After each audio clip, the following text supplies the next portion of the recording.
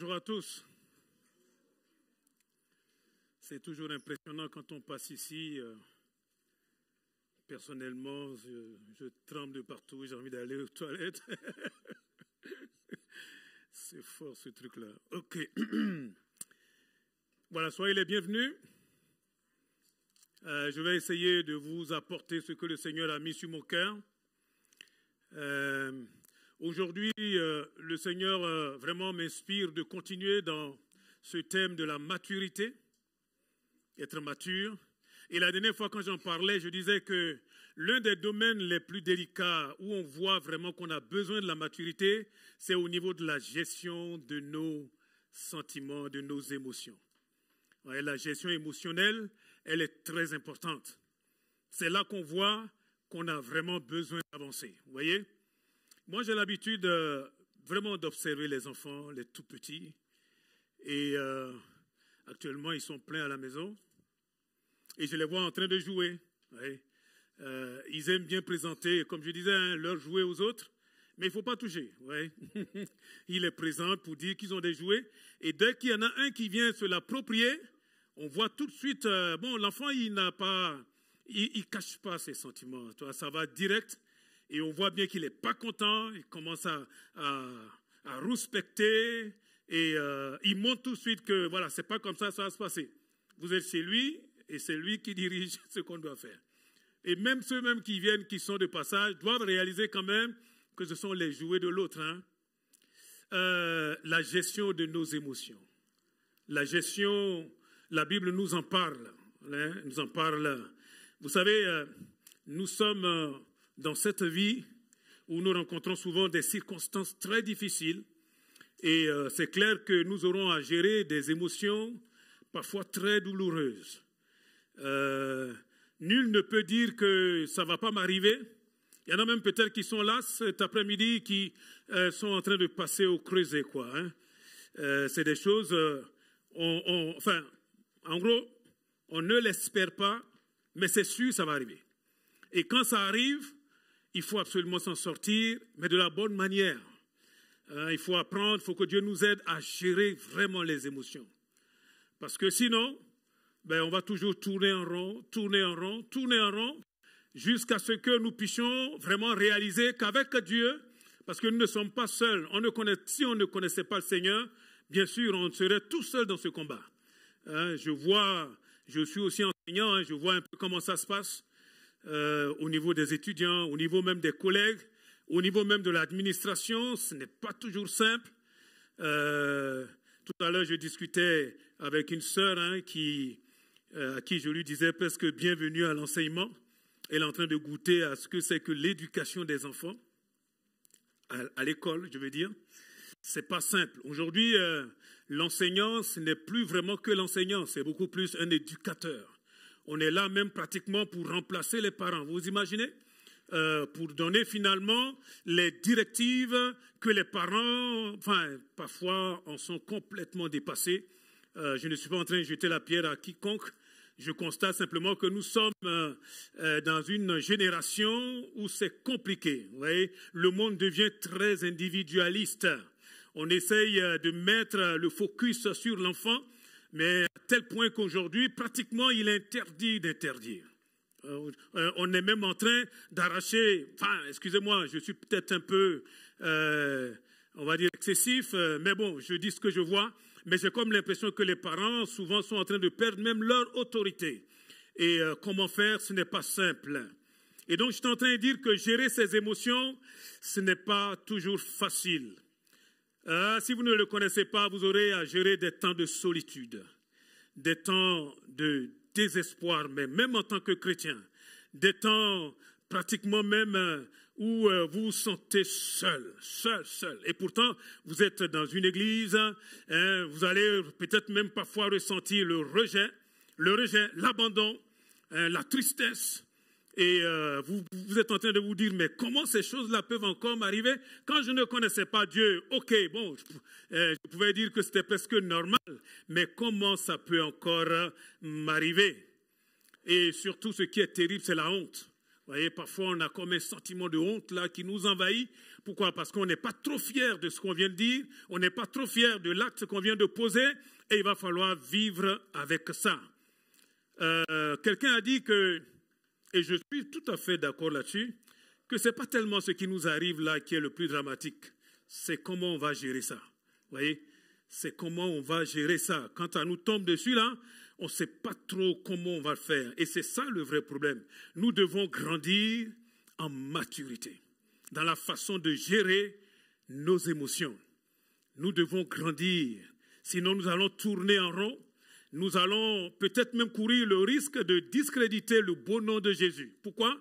Mais parce que quand on est enfant, il y a des choses qui nous échappent.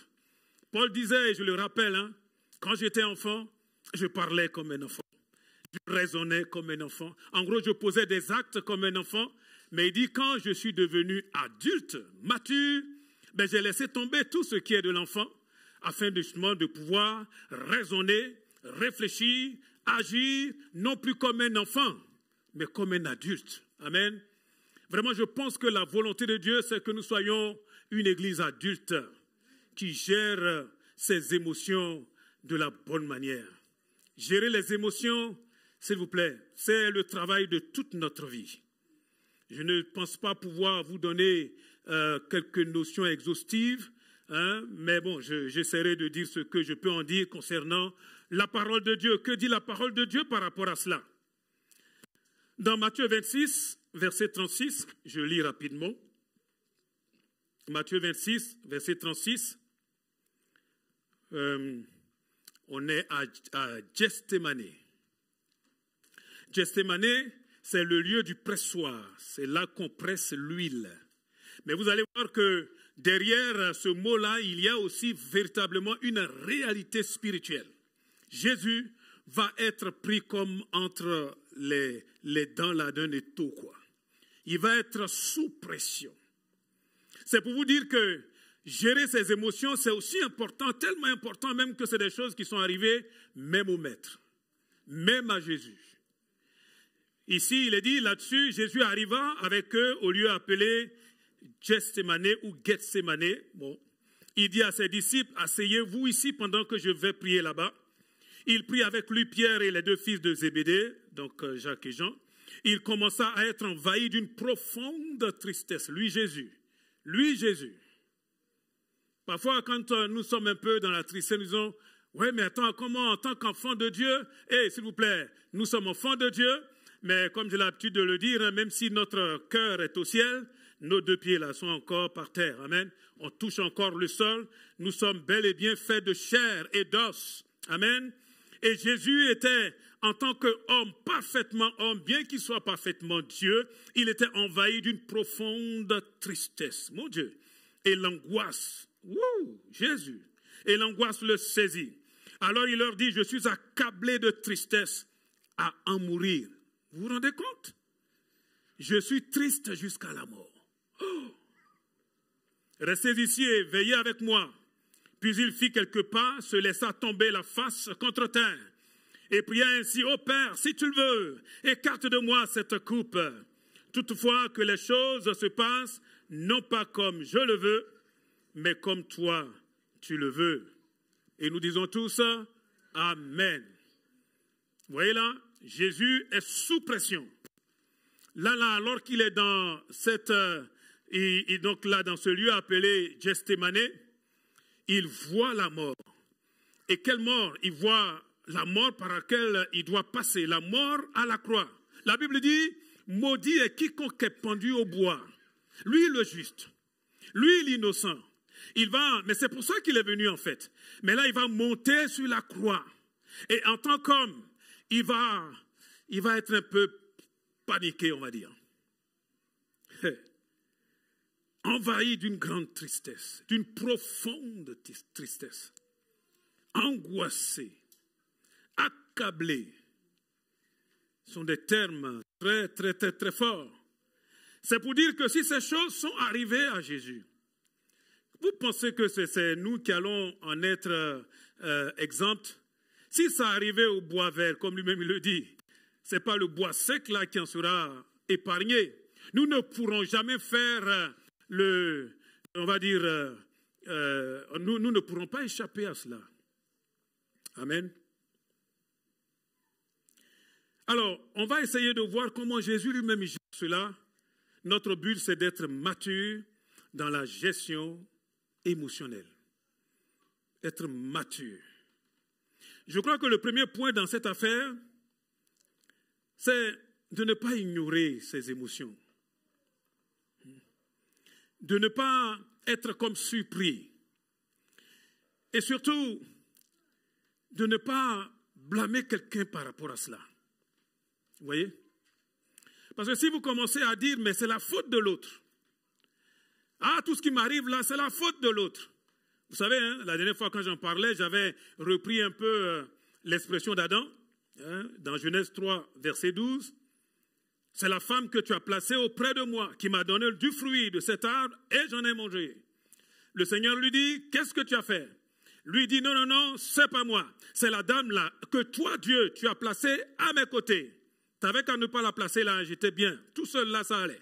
Vous voyez? Son problème, c'est qu'il est en train de reporter son problème personnel en essayant de blâmer et Dieu et la femme. Dieu ne nous appelle pas à blâmer les autres. Ce n'est pas eux qui sont véritablement responsables de ce qui nous arrive. Ce qui nous arrive, c'est simplement parce que nous sommes des humains. Amen. Nous sommes des humains. Ces choses-là, nous les rencontrons. Qu'est-ce que vous voulez? Si le maître, lui, les a rencontrés, nous aurons aussi à les rencontrer. Et comme je disais, ce n'est pas tellement les émotions qui nous envahissent, qui sont parfois des émotions très, très, très douloureuses. Ce n'est pas ça le vrai danger, le vrai problème. Le vrai problème, c'est comment on les gère. Comment on les gère. Il y en a là, comme Judas, qui vont aller de remords en remords et qui vont aller se suicider. On ne joue pas avec cela. Hein? Dieu ne nous appelle pas à mettre fin à notre vie, mais au contraire à regarder ces émotions en face, amen, comme des adultes, comme des hommes et des femmes qui ont une colonne vertébrale et qui disent, avec Dieu là, je traverserai cette bourrasque. Est-ce que tu peux dire amen? Eh oui, en disant, je ne sais pas trop ce qui m'arrive, mais ce n'est pas grave. Avec Dieu là, je vais avancer, amen. Je vais avancer. Je vais surmonter ces circonstances difficiles avec la grâce de Dieu, avec la présence de Dieu, avec le soutien de Dieu. Vous imaginez? Et moi là, quand je ne connaissais pas Dieu, quand je ne connaissais pas Jésus, et que j'étais dans le monde, et que je devais traverser des situations peut-être encore pires, vous savez quoi? J'avais aucun appui, j'avais aucun support. Vous me voyez là en train de chanter, vous croyez que je suis en train de faire de la figuration, vous vous trompez. J'étais là, une mauviette, une ombre, en train de raser les murs. Je n'avais aucune identité. Qu'est-ce que vous croyez? J'étais perdu parmi tous les autres là, perdu. Et quand les problèmes me tombaient dessus, ben j'en voulais à la terre entière.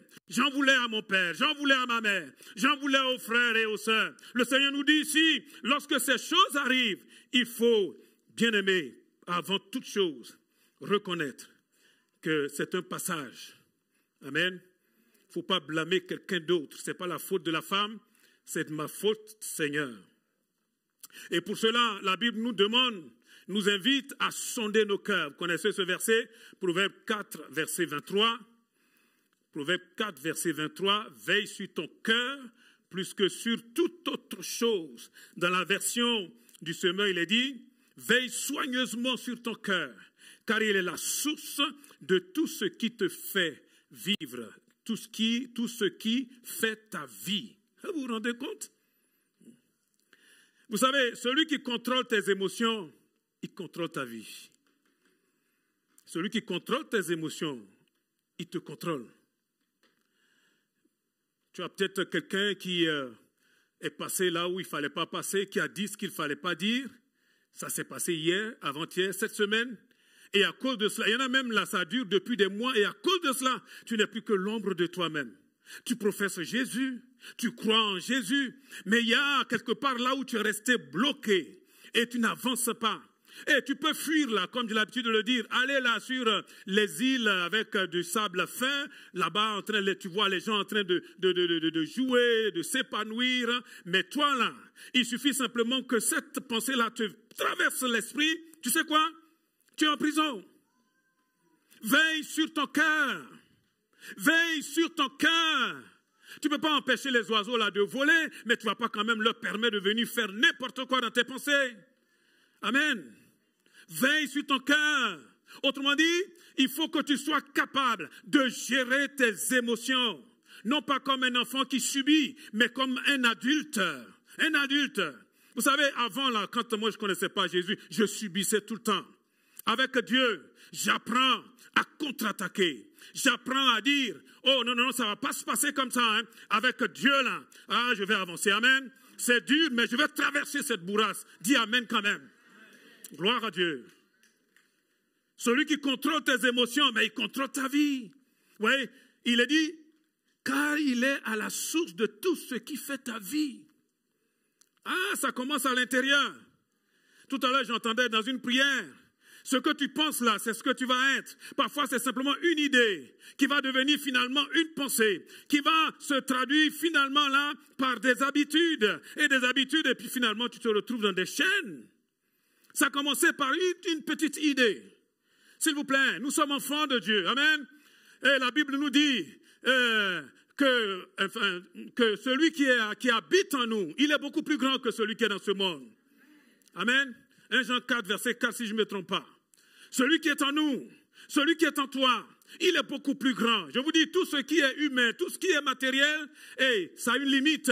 Mais celui qui est en nous, là, il est illimité. Il va falloir que nous apprenions à grandir. Il va falloir que nous apprenions à grandir. Amen. À grandir. Ah oui, mais il m'a fait ceci. Ah oui, mais il m'a fait cela. Ok. Mais toi, comment tu vas gérer cela? Veille sur ton cœur. Veille sur ton cœur. Dieu ne t'appelle pas à bouder, à faire comme si il fallait absolument que tu te défendes tout seul. Il est avec toi, nous l'avons chanté tout à l'heure. Mais tu peux compter sur lui. Son esprit est en toi. Amen. Soyons des hommes et des femmes responsables. Parce que, quelque part, lorsque nous ne voulons pas affronter cette chose-là, vous savez quoi? Nous sommes en train de rejeter notre responsabilité sur quelqu'un d'autre. On attend que le secours de quelqu'un d'autre. Mais j'ai compris dans cette affaire que le secours, là, ça va commencer par moi. Ah, il faut que je pose un pas. Il faut que je fasse quelque chose. Mais pour faire ça, là, il va falloir que j'accepte de sortir un peu de ma zone de confort, où je ne maîtrise pas. Eh oui. Il faut que je prenne mes responsabilités. Dis-moi, depuis combien de temps là tu es presque en train de te cacher? Tu ne peux pas... je me suis rendu compte que c'est une histoire terrible quand même. Je ne peux pas contrôler ce que les autres font, ce que les autres vont me faire. Et moi, je ne vis plus parce que l'autre là, il n'est pas bien. Eh oh, Dieu nous appelle à vivre. Amen. Et pour vivre là, il faut être courageux. Affronter les choses dans l'amour et dans la maturité. En fait, je me suis rendu compte que ce qui nous permet d'avoir de l'assurance, c'est vraiment le Saint-Esprit. Le Saint-Esprit habite en nous.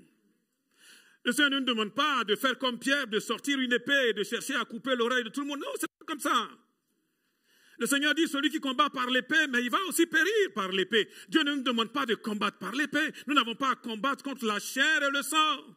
Notre combat, là, c'est contre des forces invisibles qui sont derrière. Eh oui, contre des puissances diaboliques parfois.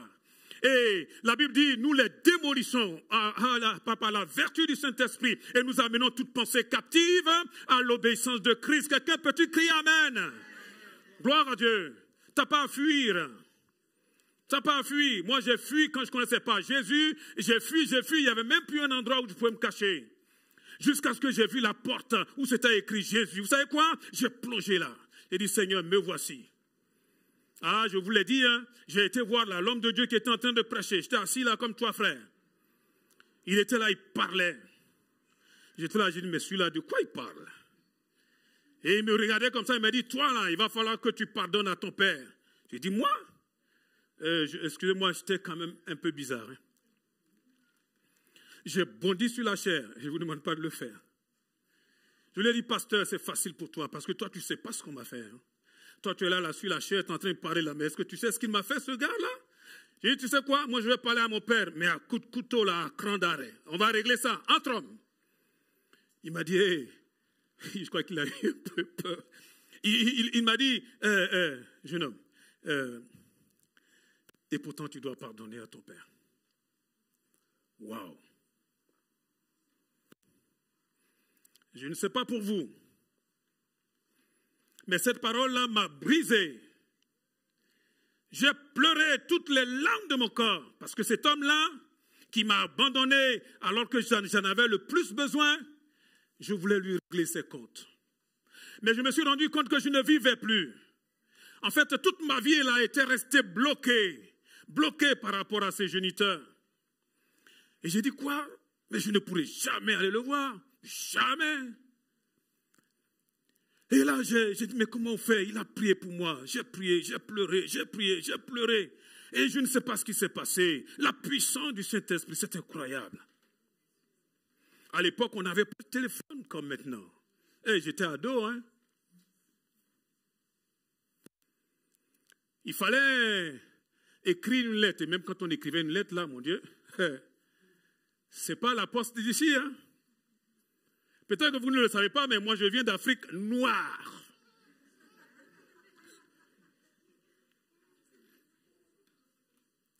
Et même quand on donnait la lettre à quelqu'un pour porter à quelqu'un d'autre, tu pouvais attendre. Hein?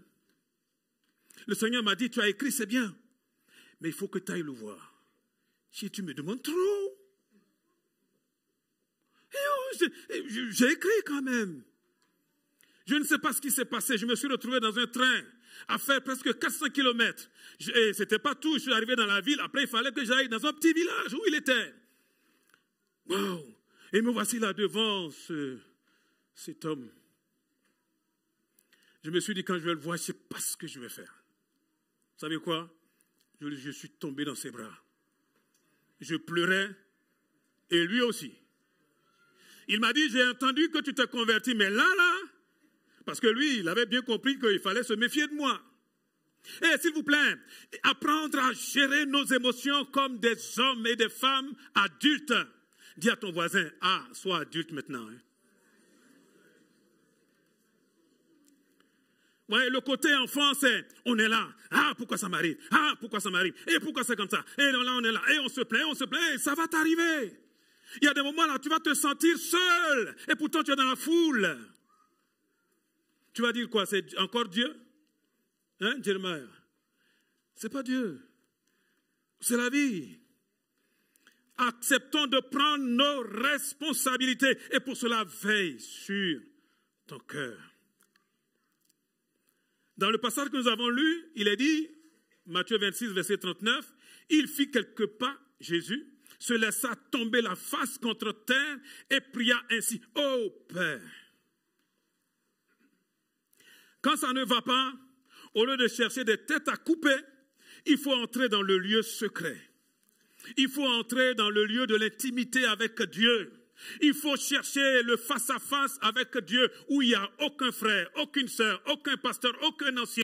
Là, tu es tout seul. Il n'y a personne là. Tu es là face à face avec Dieu. Et tu sais quoi? Là, tu lui déballes tout. Tu sors tout. Amen. Et tu le sors en étant complètement là, vulnérable. Tu n'as rien à cacher. Tu viens là et tu dis tout. Tu dis tout. Tu dis tout. Notre problème, c'est que nous voulons toujours des supporters. Et donc, on est là en train de raconter aux autres, sauf à la bonne personne. Vous voyez? Là, Jésus, il va tomber la face contre terre et il va crier vers le seul qui peut l'aider, son Père. Amen. Dieu est notre Père. Jésus dit, quand vous priez, dites notre Père. Il est aussi notre Père. Cherchons la face de Dieu. Vous savez, pour faire ça, là, il faut être adulte. Ça s'apprend. Ça s'apprend. Soyons adultes. C'est facile. Enfin, c'est facile. On bénit le Seigneur qu'on puisse se réunir comme ça. Vous connaissez le psaume 133, où qu'il est doux, qu'il est agréable pour des frères demeurer ensemble. C'est là que Dieu apporte la bénédiction et la vie pour l'éternité. C'est bien. Mais à des moments, il faut sortir de la foule. Il faut laisser papa, maman, frère, soeur, et aller seul. Seul. D'ailleurs, même si vous lisez bien ce texte-là, Jésus, il voulait quand même que les disciples là, puissent le soutenir. Mais À peine le Seigneur était en train de prier là, il vient, il les regarde là, ils sont déjà morts de fatigue. Il dit, vous n'avez même pas pu veiller 1 heure. Ça veut dire qu'il y a un moment, on ne pourra pas compter sur quelqu'un. Amen. Sois fort. Tiens bon. Dis à ton voisin, sois fort. Tiens bon, tiens bon, tiens bon. Le Seigneur est avec toi. Accepte d'être transparent. Ne cache rien. Ne cache rien. Hey, dis-moi, tu peux cacher quelque chose à Dieu? Mais pourquoi tu essaies de lui cacher des choses? Ne cache rien. Tu viens là et tu déballes ton cœur. S'il faut que tu pleures, tu chiales, tu cries, mais crie alors. Il y a des moments là où tout seul tu peux hurler, crier, Seigneur, j'en ai marre. Oui, ça fait du bien. Seigneur, j'ai besoin de toi. Là, ça ne va pas. Là, dans mon cœur, là, il y a quelque chose qui ne va pas. Au lieu de venir crier devant les frères, d'abord devant Dieu. Seigneur, j'ai besoin de ton aide. Vous savez, il y a un roi, un grand roi. On en a parlé pendant la discussion. Il était tellement roi qu'il est capable d'amener ses soldats à la guerre et lui il reste là dans ces pavillons-là, dans cette demeure. Alors que les autres sont en train de mourir pour le peuple, lui il est là, il prend du bon air là sur son balcon. Et ce qui devait arriver est arrivé. Alors qu'il était justement là sur son balcon, il voit une belle femme là, qui est en train justement de se laver ou je ne sais pas quoi. Je crois que le problème c'est qu'elle était trop belle. Ouais, le vrai problème ce n'est pas la femme. Le vrai problème, c'est qu'il y avait quelque chose dans le cœur de David. Oui, il y avait quelque chose là dans le cœur de David. Parfois quand on est là, on est en train de prier comme ça, on pense que tout va bien. Mais il y a des choses parfois qui sont enfouies. Il y a de l'immoralité. Il y a vraiment des choses qui sont obscènes. Eh oh, ça là, qui peut le savoir? Le gars, il a vu cette femme-là qui n'était pas sa femme. Attendez, c'est lui le roi. Combien de femmes ce monsieur-là, s'il voulait, il n'aurait pas eu? Et vous savez ce qu'il a fait? En douce, là, ni vu ni connu, hein? Il a fait venir la femme. Qu'est-ce que vous pensez qui s'est passé? Il a couché proprement avec elle. Proprement. Il a échoué sa bouche. Il dit surtout quand tu sors là, tu ne te fais pas voir. Hein? Allez, vas-y. Il a dit, oh, cette affaire-là, c'est terminé. Vous savez, parfois, ça commence tout petit, et puis on dit, on va s'en sortir. Vraiment, il y a toujours un grain de sable qui... La femme l'a dit, ah, écoute, je crois que je ne vois plus mes règles. On dirait que... Quoi? Une seule fois. Dur, hein? Là, dans sa tête, là, ouais, veille sur ton cœur. Dans la tête du roi, là, il a commencé à échafauder des plans. Comment je vais m'en sortir?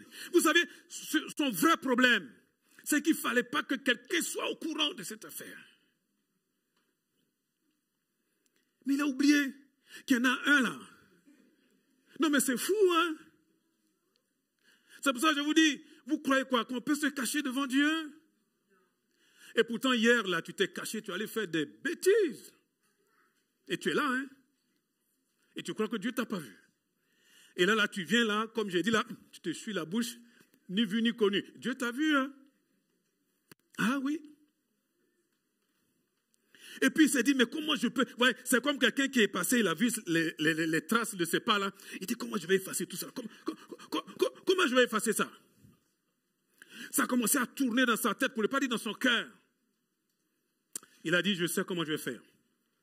Allez, faites venir son mari là, M. Uri. Il arrive. Allez, va coucher avec ta femme. Oh mon Dieu. C'est terrible, hein? Dites-moi comment vous gérez émotionnellement tout ce qui vous arrive. Le gars dit quoi? Là, mes amis là, ils sont à la guerre. Et moi, je vais venir ici. Et puis, je vais aller coucher avec ma femme. Les Anglais disent, no way. Même pas en rêve. J'irai pas. Il a dit, waouh, mais toi là, tu me compliques la vie.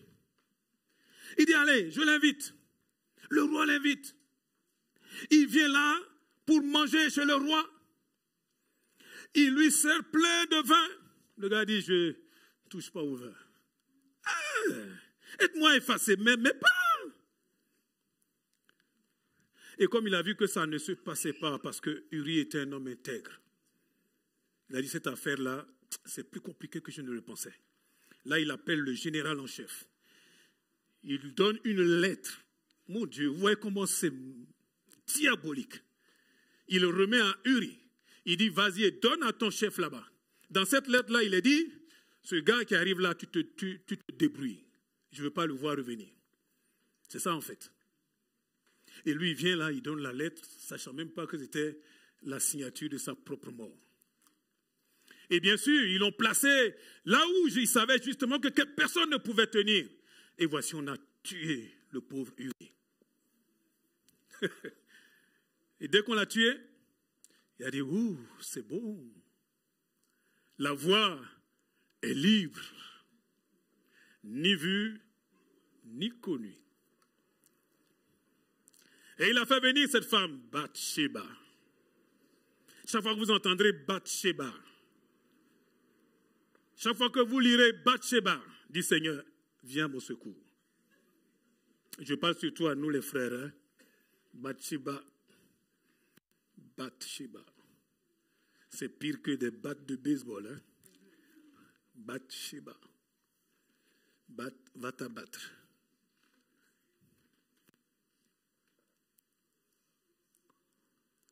Et il a fallu que Dieu envoie son prophète Nathan. Le gars, il a tout oublié, parce que quand il a fait venir la femme enceinte, tout ça, elle a accouché, tout ça là. Il a oublié. Oh, merveilleux. Le grand David, vous voyez, il arrive toujours à s'en sortir. Sortir de quoi? Au psaume 51, je ne vais pas prendre beaucoup de temps. Verset 1er, au chef de chœur, un psaume de David, qu'il composa lorsque le prophète Nathan vint chez lui, après qu'il eut péché avec Bathsheba. Aie pitié de moi, ô Dieu, toi qui es si bon, efface mes torts. Ah, avant c'est lui qui voulait effacer ses traces. Hein. Tu es si compatissant.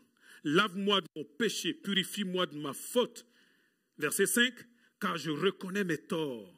La pensée de mon péché me poursuit sans cesse. Il avait honte de ce qu'il avait fait. Il a vu que dans son cœur là, il y avait des choses de la souillure, de l'immoralité, de l'impudicité. Il a vu ça dans son cœur.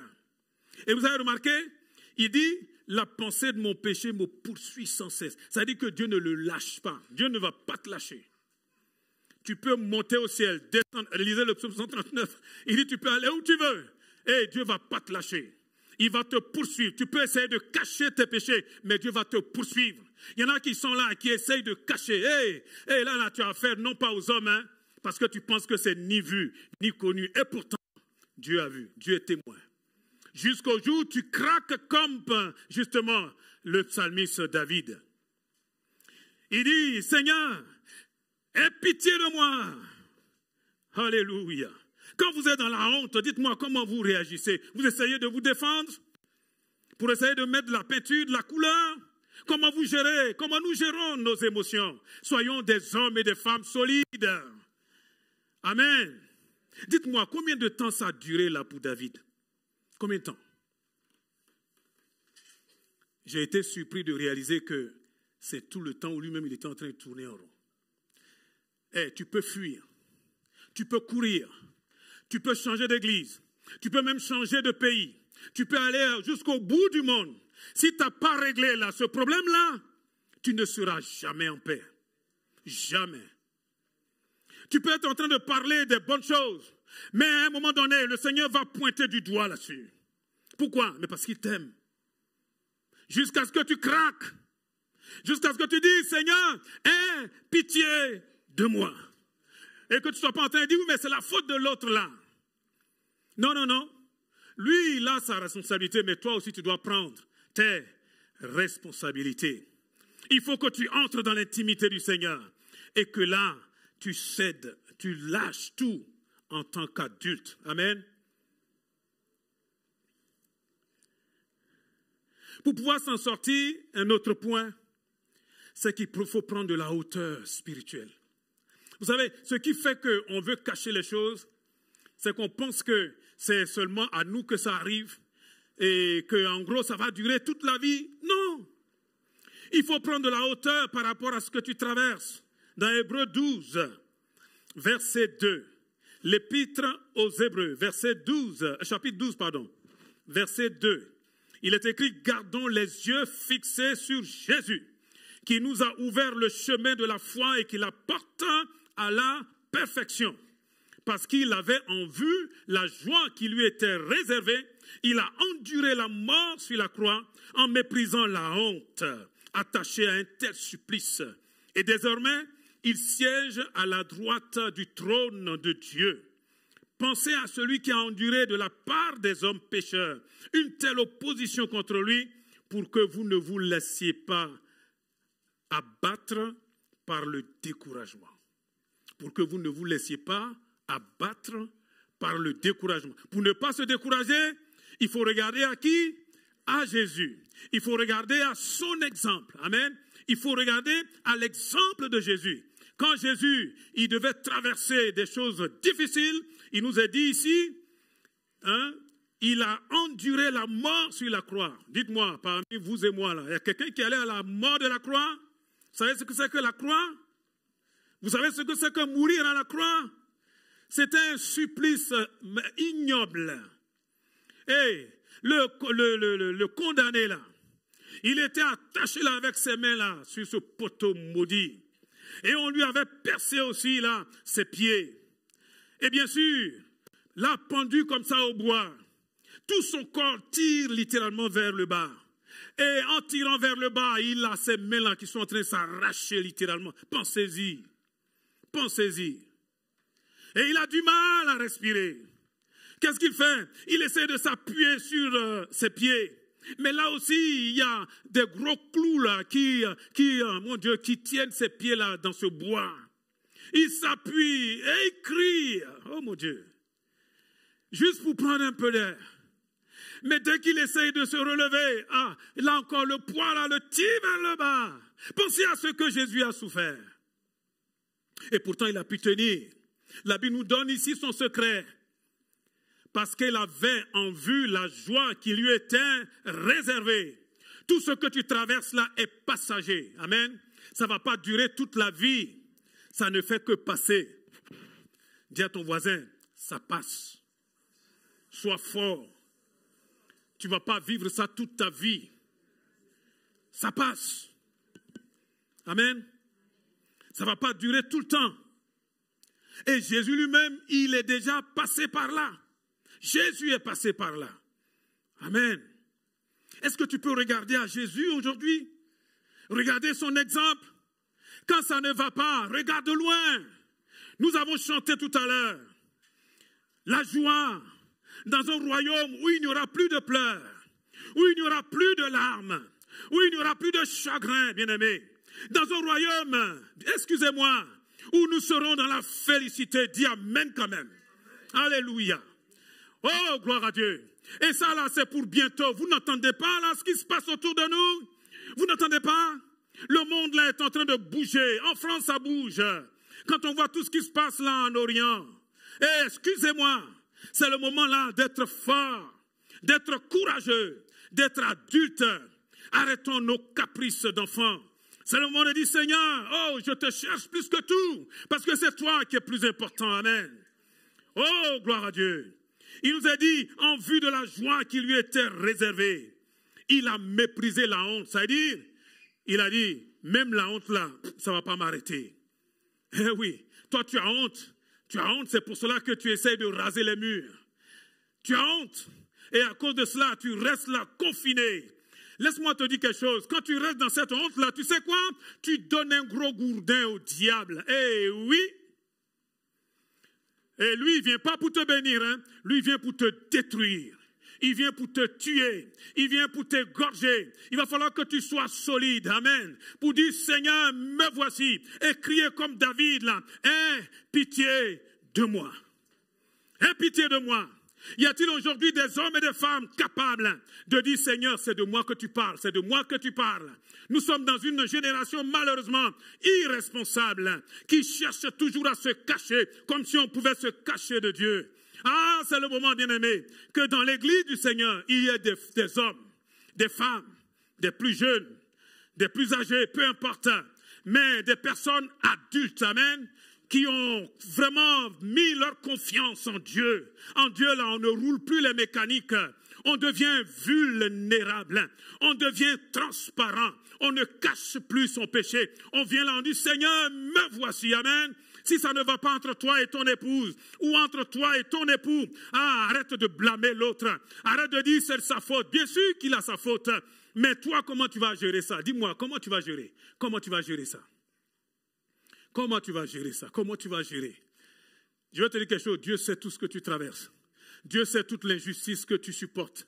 Dieu sait tous les coups que tu as. Hey, personne ne peut savoir vraiment dans les détails tout ce que tu as traversé. Mais attention, même si tu dis, moi, c'est pas au début, c'est pas par moi que ça a commencé. Ta façon de réagir, si tu ne fais pas attention, c'est toi qui vas tout prendre. Amen. Et ne te mets pas dans les problèmes de quelqu'un d'autre. Toi, fais ta part. Gloire à Dieu. Fais ta part. Ta part, c'est quoi? C'est de venir au Seigneur, de dire, Seigneur, là, ça ne va pas. Là, dans mon cœur, là, il y a de l'amertume, il y a de la colère, il y a de la colère. Seigneur, là, ça ne va pas. Là, ça ne va pas. Ça fait quand même un certain temps que je suis marié, par la grâce de Dieu, à la même femme. Je préfère préciser. Je peux vous dire, ça n'a pas toujours été facile. Surtout quand nous étions très jeunes, nous sommes mariés jeunes. Au début, c'était beau. Ah, mon frère, c'était le ciel sur la terre. Hein? Ça a duré combien? Peut-être une semaine? Rigolez pas. Parce que le vieil homme, là, il revient très vite. Hein? Et je vous l'ai dit tout le temps. Et puis après ça, j'ai vu sa façon de faire. Enfin, je n'avais pas la même expression. J'ai dit quelque chose qui lui ressemble. Il dit, mais c'est qui le patron là? Oh! C'est qui le boss? Je pensais que le boss, c'est celui qui criait, qui avait une forte voix. Non, le boss, le patron, c'est celui qui est adulte. Qui sort des caprices. Excusez-moi, je vous en parle là. Je parle de ma vie. Hein. Là, je parle comme ça rapidement. J'ai pleuré. J'ai pleuré. Dieu m'est témoin. Il y a eu des moments, mon frère, je voulais partir. J'ai dit, mais pourquoi on ne m'a pas expliqué ça? C'est curieux, ce sont les mariés qui rigolent. Je croyais que le mariage là, c'était autre chose. Et pourquoi on ne m'a pas expliqué ça? Parce que quand tout ce qui est sur la tête là est tombé, quand les phares là sont partis, quand vraiment j'ai déposé la veste, mon frère,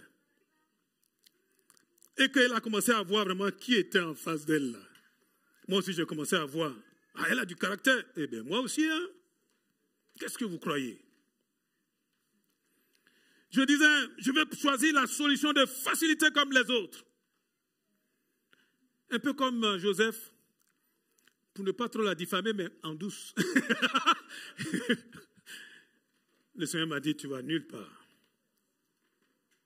En fait, aujourd'hui, je me rends compte que les pleurs, tout ça, il fallait que je meure à moi-même. Et que j'accepte l'inacceptable. Que j'accepte la parole de Dieu. Que j'accepte de faire ce que Dieu me demande de faire. Si je vous dis que c'est facile, c'est que vous ne m'avez pas compris. Ça ne s'est pas passé en un jour, hein? Mais j'ai remarqué quelque chose. quand j'arrive à m'humilier, Dieu prend la relève. Ah. Mais quand je crie, vous savez, les femmes, quelqu'un a dit, ce sont des incubatrices, des multiplicatrices. Vous connaissez la table de multiplication? Elle, ce n'est même pas une multiplicatrice, hein? C'est exponentiel. Donc, quand tu lui donnes 2, elle te fait, je ne sais pas quel est ce nombre-là, ça doit être 1000 puissance 2. Ou bien 2 puissance 1000. En tout cas, elle multiplie. Donc, quand je crie là, mais elle crie plus fort que moi. Quand je m'énerve, elle s'énerve. Je tape du pied, mon Dieu, j'ai une lionne en face de moi. Mais quand je m'humilie, c'est pareil, elle s'humilie. Elle devient un agneau. C'est comme ça que nous avons pu tenir jusqu'à 40 ans. Bon, on n'est pas encore arrivé à 47 ans. Donc, tu as plus d'espérance que moi. S'il vous plaît, ne blâme pas l'autre. L'autre, là, il a un problème avec Dieu. Il faut prier pour lui. Il faut prier pour elle. Mais toi, tu as un gros problème avec Dieu. De comment tu vas gérer tes émotions. Là, je suis en train de parler du couple, mais même au travail. Au travail. Est-ce que c'est facile? C'est pas facile, hein? Les gens de ce monde-là, ils viennent, ils te bousculent, ils veulent passer, hein? Tu as peut-être même plus de compétences qu'eux, là, ils ne suivent pas les règles, hein? Ils te parlent comme ils veulent.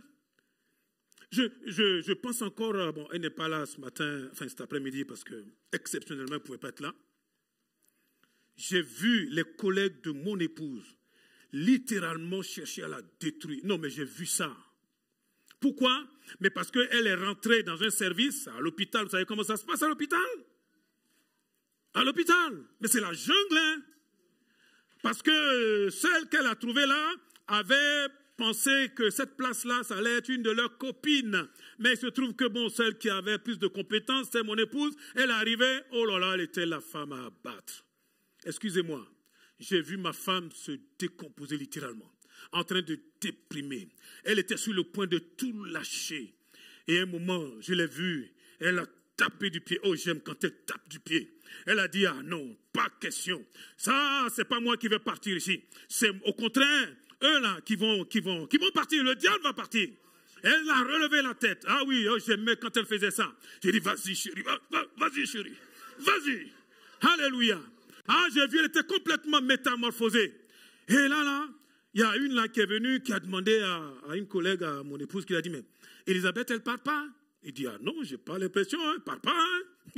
Elle ne parle pas, finalement. Mais son témoignage était tellement fort. Mon Dieu, je bénis le Seigneur. Vous savez quoi? Toutes ces femmes-là ont entendu l'évangile. La plupart, surtout celles qui la fatiguaient le plus là, se sont converties à Dieu. Quelqu'un peut dire Amen. Yes. Alléluia. Mais au moment où elle était dans là, oh mon Dieu, c'était chaud, c'était chaud. Amen. À la fin, j'ai dit, wow, bravo, baby. Ah, je suis fier de toi. Surtout quand tu tapes du pied, c'est bien. Ah, soyons matures. Toi, tu es là, tu es en train de dire, ah, moi, les collègues là, ils me fatiguent. Moi, les collègues là, ils sont en train de me prendre la tête. Moi, je crois que je vais quitter même. Tu vas quitter pour aller où? Tu vas quitter pour aller où? C'est Dieu qui t'a mis là. Amen. Hein? Et surtout nos jeunes là qui sont en train de faire des études. Ah, c'est trop compliqué. Hein, les maths là, ça me mate trop. Mais tu es obligé d'apprendre les maths, mon ami. Si les autres s'en sortent là, tu peux t'en sortir. Il va falloir que tu cherches, tu changes un peu tes méthodes de travail. Il va falloir que tu cherches un peu d'aide. Mais tu ne peux pas lâcher tout comme ça. Il y en a là, dites-moi, ils ont changé de... Ils se sont orientés, réorientés, ils ont changé de domaine. Dis-moi, toi là, ça fait combien de domaines que tu changes? Tu as commencé là, dès qu'il y a eu un petit... Quelqu'un a fait, hey! Tu dis où là? Ah non, je change. Il change. Tu vas dans un autre service ou bien dans une autre voie, dès que quelqu'un lève un peu la tête, tu dis, ah non, non, non, non. Mais attends, tu vois, combien de fois, je vous dis, ce que Dieu attend de l'Église, c'est des colonnes vertébrales, des hommes et des femmes qui sont des vrais lions. Et moi, j'en ai marre de prendre des coups. Là, je vais en donner, là. Il ne faut pas trop passer trop près de moi. Ah oui. Je refuse de vivre dans la médiocrité. Je refuse. Je veux vivre pleinement ce que Dieu a placé sur ma vie. Amen. Je ne vais pas abandonner. Répète après moi. Je ne vais pas abandonner. Je ne vais pas lâcher. Je vais persévérer. Amen. Avec la grâce de Dieu. Et je m'en sortirai. Amen. Yes.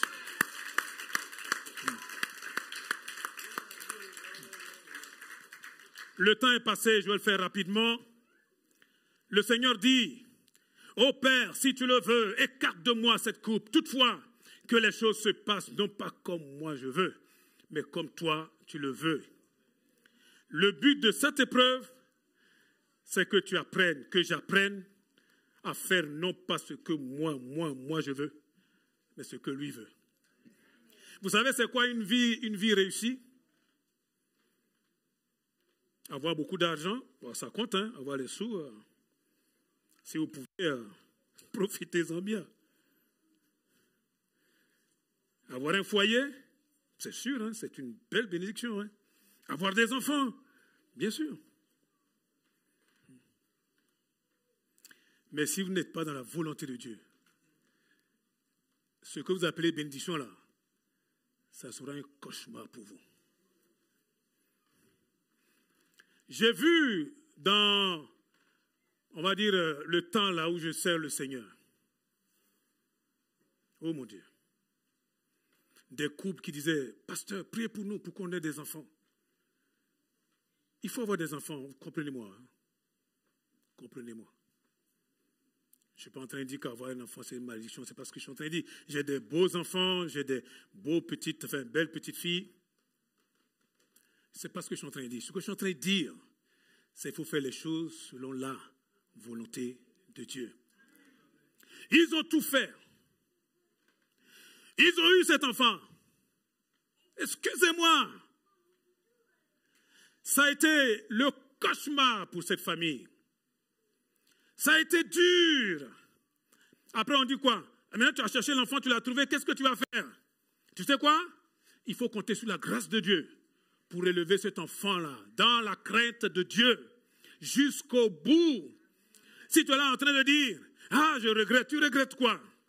Tu as demandé, tu as trouvé.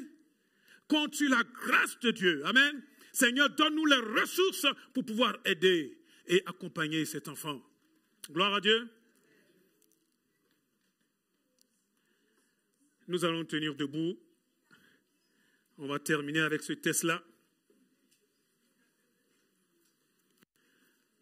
Dans Jean 21, Jésus, il est en train de réhabiliter Pierre. Il va le voir et à 3 reprises, il va lui dire, Pierre.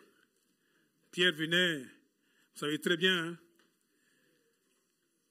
Il a dit qu'il ne connaissait pas Jésus. Et le Seigneur va lui dire, Pierre, est-ce que tu m'aimes? Il va dire oui. Et 3 fois, le Seigneur va lui poser la même question. À la fin, Pierre est un peu... Il est mal. Il dit, paie mes agneaux, paie mes brebis. Et puis, Jésus va lui dire, vraiment je te l'assure, quand tu étais plus jeune, tu mettais toi-même ta ceinture et tu allais où tu voulais, mais quand tu seras vieux, tu étendras les bras, un autre nouera ta ceinture et te mènera là où tu n'aimerais pas aller. La Bible dit par ces mots, il faisait allusion au genre de mort que Pierre allait endurer à la gloire de Dieu. Après avoir dit cela, il ajouta, suis-moi. Pierre se retourna et aperçut le disciple que Jésus aimait, Jean. Il marchait derrière eux. C'est ce disciple qui, au cours du repas, s'était penché sur Jésus et lui avait demandé, Seigneur, quel est celui qui va te trahir? En le voyant, Pierre demanda à Jésus, et lui, Seigneur, qu'en est-il de lui? Jésus lui répondit, si je veux qu'il reste en vie jusqu'à ce que je revienne, que t'importe? Toi, suis-moi. Vous savez, la volonté de Dieu, là, elle n'est pas pareille pour nous tous. Ne te mets pas dans la volonté de Dieu de quelqu'un d'autre. La volonté de Dieu, elle est spécifique, elle est individuelle. Dieu sait ce qu'il veut faire avec chacun d'entre nous. L'essentiel, c'est qu'ensemble, nous acceptions ce qu'il a décidé pour nous. Soyons forts. Amen. Soyons forts. Avec Dieu là, nous pouvons triompher de toutes ces émotions douloureuses. Amen.